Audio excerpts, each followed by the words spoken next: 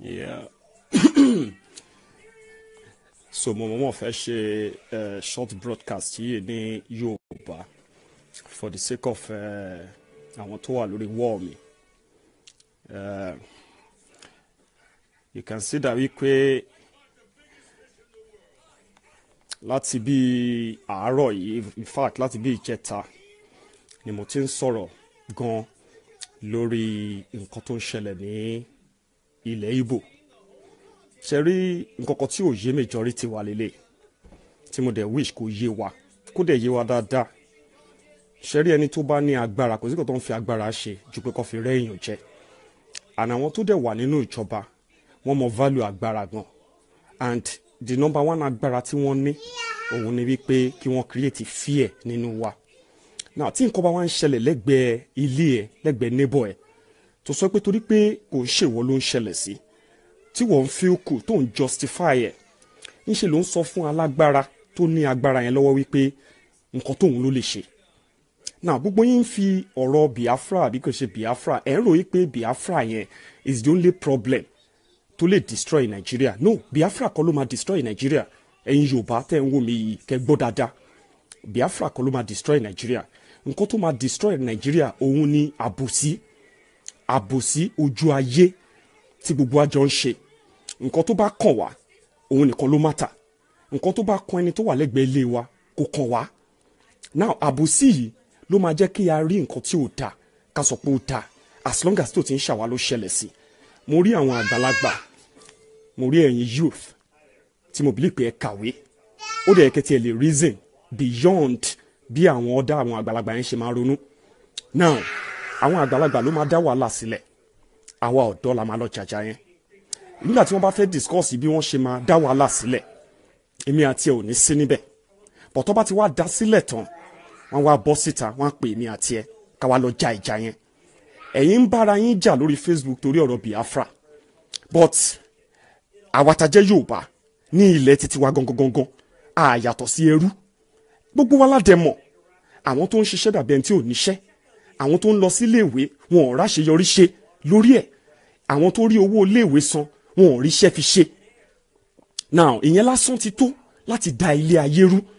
Ṣùgbọ́n gbogbo yín torí pé ẹ fẹ́ belong, ẹ̀yin náà fẹ́ make comment, ẹ fẹ́ make post lórí Facebook, ẹ̀yin náà fẹ́ dàbí ẹni tó make sense lórí Facebook. But nǹkan tó dẹ̀ ń ṣe yín tó jọ ń jó gbogbo wa lábẹ́ ara, àwọn kan ni wọ́n pariwo tí wọ́n síta tó pè ní Biafra yẹn. Ẹ̀yin tẹ́ jẹ́ Yorùbá tí ẹ ríṣẹ́ ṣe, ẹ̀yin tẹ́ jẹ́ ọ̀dọ́ tí ẹ rí iléèwé lọ, LAUTECH wà under lock and key, gbogbo yín wà níbẹ̀, kò sẹ́ni tó lè sọ̀rọ̀ torí tẹ́ bá ti fẹ́ sọ wọ́n á sọ di PDP versus APC. Now àwọn kan wà náà tó yẹ pé the same thing ń suffer làwọn náà ń suffer. Now they now push the pé okay àwọn fẹ́ kúrò lára Nàìjíríà. Ìwọ tí wọ́n ń suffer the same thing tí ò sí solution in sight, ìwọ náà wá ń join bandwagon, ìwọ náà make a post yẹn kíní kan torí Nnamdi Kanu bú wa, torí Nnamdi Kanu sọ̀rọ̀ sí kíní kan, torí ó pe Yorùbá ní kíní kan, ó pè wá nígbà ọmọ àlè Yorùbá nìkan ló máa tẹ̀lé Biafra. Ta ló ń tẹ̀lé Biafra? Tí Biafra bá ṣẹlẹ̀ ṣe máa di Ìgbò ni. Àwọn tí gbòmìnira tí wọ́n nìyẹn, ọ̀rọ̀ ayé wọn dọwọ́ wọn nìyẹn. Ọ̀rọ̀ ayé tiẹ̀ tí wọ́n rò pé wà lọ́wọ́ ẹ̀ yẹn, torí ó pè ó bìlí pé Yorùbá ni ẹ́, àná ó ní nǹkan kan ṣe pẹ̀lú Nàìjíríà. Now Nàìjíríà tó wà kò work fún ẹ, ó demand pé kẹ́ restructure, wọ́n ní wọn ò ní restructure, ìwọ wà ń bẹ̀ ó bá wọn preach wọn Nàìjíríà nígbà tó tiẹ̀ understand nǹkan tó ń sọ. Torí àwọn tó ń sọ fún ẹ nípa Biafra, they are telling you wípé wọ́n fẹ́ pín Nàìjíríà sí wẹ́wẹ́ ni. Ẹ̀yin kan wá sọ̀rọ̀ ayé di èèyàn pàtàkì lórí Facebook, ẹ sọ̀rọ̀ ayé di èèyàn gidi lórí Facebook, ẹ̀yin náà ẹ wá ń judge Nnamdi Kanu. Nnamdi Kanu dìde ó ń sọ̀rọ̀ nípa nǹkan tó ń ṣe òun àtàwọn èèyàn ẹ̀. Ìwọ tó ní ọpọlọ lórí, nǹkan tó ń ṣe àwọn èèyàn ẹ̀ ò lè sọ, ó tiẹ̀ lè sọ débi pé ó máa dìde, ó máa mobilize wọn pé ó yẹ jà lọ jà fúnra wa. Kàkà kẹ́ ṣe yẹn, ọ̀rọ̀ Biafra ló kàn yín, ọ̀rọ̀ kìnnì kan ló bá yín, ọ̀rọ̀ tí Nnamdi Kanu ń sọ ló ń dùn yín, ọ̀rọ̀ tó dẹ̀ ń jó yín lábẹ́ aṣọ, nǹkan tó ń dùn yín, tó ń jó yín, tó ń pa yín sáyé, ẹ láyà, ẹ lẹ́mìí láti demand fún kẹ́ change ẹ̀. Báyọ̀ wá bọ́ sórí Facebook, gbogbo yín di oní sermon, gbogbo yín dẹ̀ nítorí òpè mọ́, kò wá sí humanity nínú yín mọ́, kò tiẹ̀ sẹ́ni tó tiẹ̀ kí ẹ̀ mọ́. béèyàn kú bọ́ dáná sun ni o bọ́ lù pa ni o bóyá gé lórí ni o orí yín ò wá pé mọ́ everybody wá di bí wèrè lórí social media torí a fẹ́ proof kankan fún ta ni tí wọ́n bá padà tí àwọn tí Nigeria Army tó bá crush Biafra àbí whatever anything tó ń ṣẹlẹ̀ ní South East tí gbogbo àṣírí remain Nigeria ìdùnnú ti ẹni náà àbí ìdùnnú ẹ̀kọ́ wọ́n ń sọ̀rọ̀ nípa pé nǹkan tó ń dùn yín tẹ́ ń sọ̀rọ̀ nípa all the time ẹ fi àbòsí irọ́ ẹ fi ń cover ẹ̀ gbogbo yín wá ń ṣe bí big people ẹ wá ń ṣe bí ẹni tó rí ẹ pé orí yín ò dẹ̀ pé majority yín ẹ wá sórí Facebook ẹ ń sermonize ẹ ń analyze issue ayé yín tó dẹ̀ jẹ́ main issue ẹ ní country 57 years ẹ lè boast of a 5 hours power supply a day in the whole country and then yẹn dé and sermonize and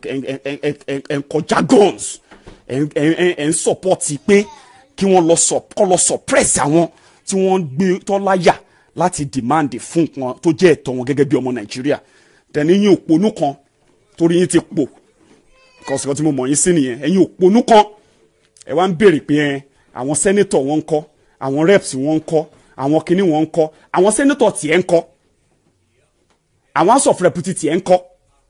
kí ló ṣe pẹ̀lú wọn ìjẹ́wọ́ tiẹ̀ make a move kó béèrè ìdí tí iná ò fi tàn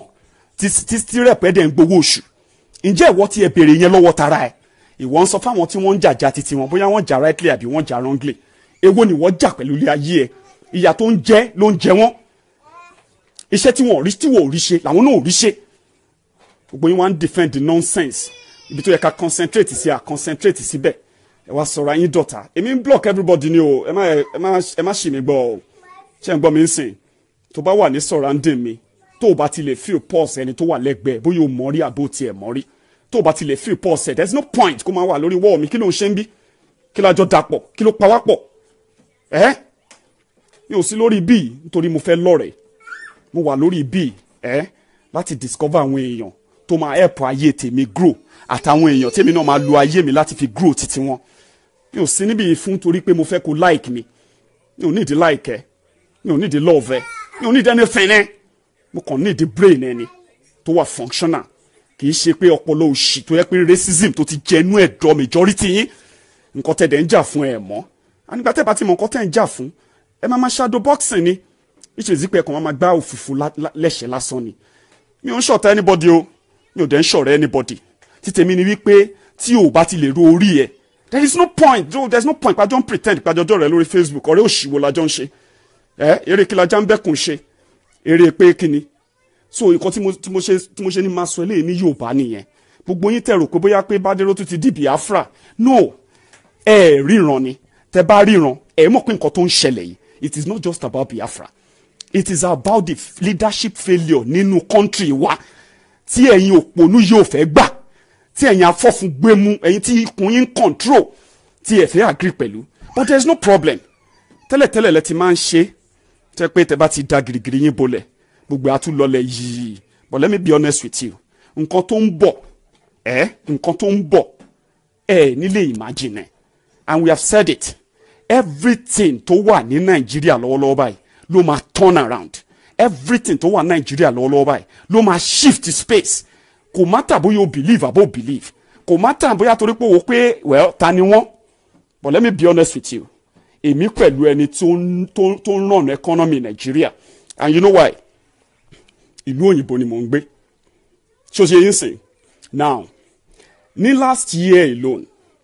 over $33 billion òun ni èèyàn bíi tèmi àtàwọn míì tó ń struggle l'Amẹ́ríkà ní Canada ní all over the world òun ni owó ta kó sínú economy Nigeria ní 2016 Nigeria government tẹ́yìn defend yẹn wọ́n contribute kọ́bọ̀ sínú economy Nigeria they just take ibi tí wọ́n ti ń wa epo tí wọ́n ti ń rí owó ní Nigeria ẹ lọ síbẹ̀ kẹ́ sọ fún mi pé bíbẹ̀ ṣe rí yẹn ló ṣe ẹ kó rí now so tó bá sọ yìí pé èmi tí mo wà nílùú òyìnbó tí mò ń struggle tó jẹ́ pé that same frustration tí wọ́n face yẹn òun ló lé mi kúrò Nàìjíríà so ibi tẹ́lẹ̀ orí ẹlòmíì inú yín ò ti pé nìyẹn ó ṣe padà wálé ṣebí lé nìwọ wà yẹn kí ló dé tí iná yín ò ti bẹ̀rẹ̀ sí ní tàn kí ló dé tí gbogbo ọ̀nà yín ò ti bẹ̀rẹ̀ sí ní da kí ló dé tí gbogbo yín ò ti bẹ̀rẹ̀ sí ní máa ríṣẹ́ kẹ́ máa change iṣẹ́ ṣebí Nàìjíríà yẹn nìwọ wà yẹn so tó bá yẹ pé ó da ni àbí tó bá sọ fún ẹ pé wọ́n gbé kí ló ti ń pè wọ́n gbé ship kan sí etí òkun lẹ́kọ̀ọ́ tó fẹ́ kó èèyàn 5,000 ẹni tó bá ti wọnú ẹ̀ ó dọ̀mọ Amẹ́ríkà nìyẹn ṣé ọmọ yẹ́yìn tẹ́ máa para yín ni so àbòsí tí Nàìjíríà bá ti bàjẹ́ àbòsí ló bà Nàìjíríà jẹ́ kì í ṣe Biafra ló bà Nàìjíríà jẹ́ torí nǹkan tó ń ṣe Biafra ló ń ṣe Odùduwà òun ló ń ṣe Àrẹwà ṣùgbọ́n irọ́ àti àbòsí ojú ayé tí gbogbo yín tẹjọ́ ń ṣe you understand now tẹjọ́ ń ṣe my brother òun ló ń pa Nàìjíríà and until you tell yourself this until you call yourself to order until you listen to the sense of reason àwọn tẹ́ fẹ́ defend Nàìjíríà fún I love my country ọmọ Nàìjíríà ni mí mi ò tí ì claim pé ọmọ bùnmí ni mí and I love my country torí mo nífẹ̀ẹ́ ìlú mi dáadáa mo realize wípé nǹkan tí ẹ̀ ń fèsì ní Nàìjíríà gẹ́gẹ́ bí ọmọ Nàìjíríà àti nǹkan tí èmi ń fèsì níbí gẹ́gẹ́ bí ọmọ Nàìjíríà tí ò gbé Nàìjíríà mo wò pé nígbà tí n bá lè máa gbádùn nǹkan tí mò ń gbádùn níbí láì ṣọmọ ìlú yìí báwo ni ò bá ṣe rí tí ìlú mi bá rí báyìí so àdẹ́fì yẹn ń sọ̀rọ̀ all the time ẹ̀yin òpònú tẹ̀ ṣiṣẹ́ rí láyé yín ẹ̀yin tó yẹ pé bára bros alpha lẹ́ ń bá kiri ẹ̀yin àwọn wá sórí social media ẹ̀yin ní káwọn àwọn yẹn máa jókòó sí abroad wọn máa sọ rubbish the only reason why tọ́rọ̀ wá fi ń jọ rubbish létí sorry mo rí kọ̀ọ̀kan bẹ̀rẹ̀ ni so the only thing tí ọ̀rọ̀ mi fi ń jọ rubbish àbí tí ọ̀rọ̀ rú àwa báyìí fi ń jọ rubbish létí gbogbo yín is just because of wípé lọ́pọlọ torí ẹ̀ pé orí yín ò pé torí yín bá pé ni ẹ máa jókòó sínú country kan etí lẹ fi ń gbọ́ oye owó tí wọ́n ń pa etí lẹ fi ń gbọ́ oye owó tí ìlú yín ní but tẹ́ bá wo àpò yín kọ́bọ̀ sí ń bẹ̀ iṣẹ́ kò síṣẹ́ iná kò síná iléèwé kò sí iléèwé hospital kò sí àwọn tí wọ́n dẹ̀ yẹ kí wọ́n fún yín ní gbogbo nǹkan yìí àwọn ni wọ́n ń kọ́lé oríṣiríṣi àwọn ni wọ́n ń kọ́ hòtẹ́ẹ̀ kákàkiri àwọn ni wọ́n ń kọ́ best hospitals àwọn ni wọ́n ń kọ́ new private universities ẹ wá sọ pé ẹni tó wà ń lo òyìnbó ló ń sọ̀sọ̀kúsọ they will just sit abroad and they will be saying nonsense 30 billion ní country yìí náà ń fẹ́ lọ yá owó tí wọ́n máa san for another 25 years ṣẹ́mọ̀ 30 billion wọ́n máa san fún 25 years owó tí àwa ń fi sí Nàìjíríà lọ́dọọdún is over that so if you don't know you should know we own Nigeria we have a stake in Nigeria and it doesn't matter how you feel ṣùgbọ́n mi sìn Hausa ni ẹ Yorùbá ni ẹ or Igbo ni ẹ or whatever how you feel but the truth of the matter ni wípé something is coming and it will change the course of history and it's about to happen it doesn't matter how you feel about it it will happen and àjọ gbé Nigeria yẹn náà ni you understand what I mean so máa pàdé yín lálẹ́ nígbà tí wọ́n máa ṣe real deal when people will celebrate ipe after ariwo wa the crazy python dance tí wọ́n sọ pé ń dance ní east wọ́n ti ń wọ lọ wọ́n ti ń sokùn mọ́ndì báyìí sí wọ́n máa wọ́ wọn padà sínú zoo tó ti kó wọn wá military has no place in democracy if you are not educated enough now I have told you in a democracy military has no place in democracy they are the last resort and the poor education tí wọ́n fún yín nílé is what to blame for all this so ó dìgbà yẹn I'll see you later.